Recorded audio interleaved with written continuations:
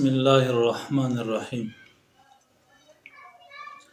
استاسو مخکې آیت کریمه ما پیش کړو عقیده ختم نبوت باندې ما کان محمد ابا احد من رجالکم ولكن رسول الله وخاتم النبیین.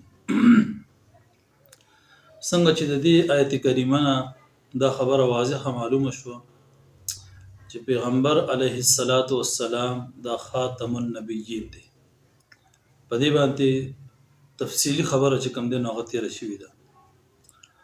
دغه رنګې د قرآن کریم د نورو آیاتونو هم صراحتاً چې کوم دی دا معلومیږي چې نبی علیه الصلاۃ والسلام دا خاتم النبیین یعنی آخري نبی دی.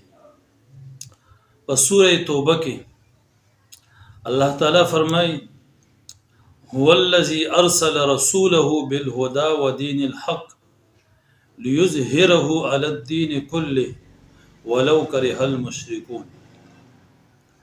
الله رب العزت فرمای چې الله هغه ذات دی چې خپل رسول یعنی محمد صلی الله علیه وسلم هغه په هدایت سره او په حق دین سره را لېږلی دی.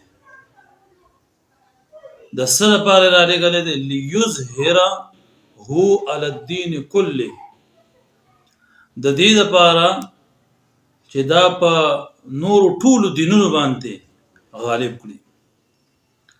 په هدایت سره په دین حق سره الله تعالی خپل رسول را لېږلی د دې لپاره چې لیظهره علی الدین کله، چې الله رب العزت دا په نورو ټولو دینونو باندې دین اسلام دا غالب کړي. د پیغمبر دین دا په ټولو دینونو باندې غالب شي. ولو کرہ المشرکون، اگر چې مشرکان چې کوم دینو دا خبره هغه بده ګڼي. نو دی آیت کریمه نه پته ولګیدا چې الله رب العزت د پیغمبر بعثت کړی دی او پیغمبر را لېږلی دی د دې لپاره چې الله دا پیغمبر ته کوم دین اسلام ورکړی دا په نورو دینونو باندې غالب شي. د پیغمبر دین په ټولو دینونو غالب شي او نورو دینونو مغلوب شي.